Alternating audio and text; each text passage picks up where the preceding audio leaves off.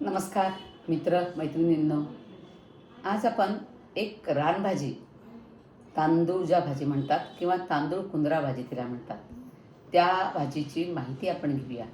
कारण ह्या रानभाज्या ना आता विस्मरणात चाललेल्या आहेत. कधीतरी कुठेतरी त्या भाज्या मिळतात, पण आपण त्या खातही नाही. वाटतं ही नेहमीची भाजी नाही, कशी लागेल, आपण सोडून देतो. पण या भाज्या खूप पौष्टिक असतात, यात पोषण मूल्य भरपूर असतात.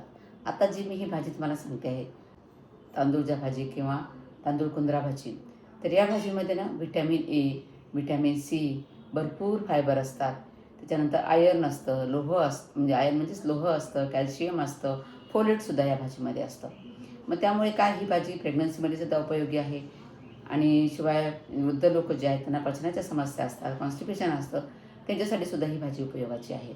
त्यामुळे ही भाजी जर मिळत असेल तर ती याच ऋतूमध्ये भाजी मिळते, त्यामुळे ती मिळाली तर जरूर खा.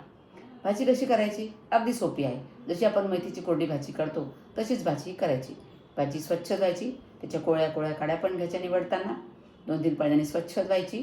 मग फोडणीमध्ये नेहमीप्रमाणे तेल टाकून जिरं मोहरी टाकायचं, लसूण ठेचून टाकायचा, हिरवी मिरची टाकू शकता किंवा लाल मिरची टाकू शकता, आणि वाटलं तर कांदा टाकू शकता, आवडत असेल तर. नाही तर कांदा नाही टाकला तरी चालतो. त्यानंतर ही भाजी चिरायची, आणि काही वेळा काही लोक तर कोवळी भाजी असेल चिरत पण नाही, ती भाजी फोडणीमध्ये टाकायची अगदी. आणि ती भाजी चिरल्यावर निथळून घ्यायची, नाही तर पाणी सुटतं त्या भाजीला. आणि भाजी टाकायची, झाकण ठेवायची गरज नाही, आणि पटकन ही भाजी शिजते.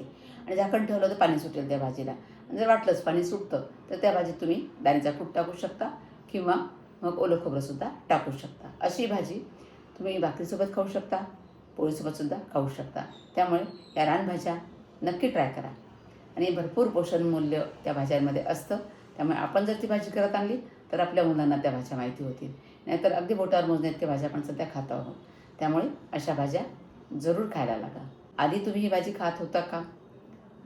तर खात असाल तर कमेंटमध्ये नक्की सांगा. आणि हा व्हिडिओ आवडला असेल तर लाईक करा, शेअरसुद्धा करा.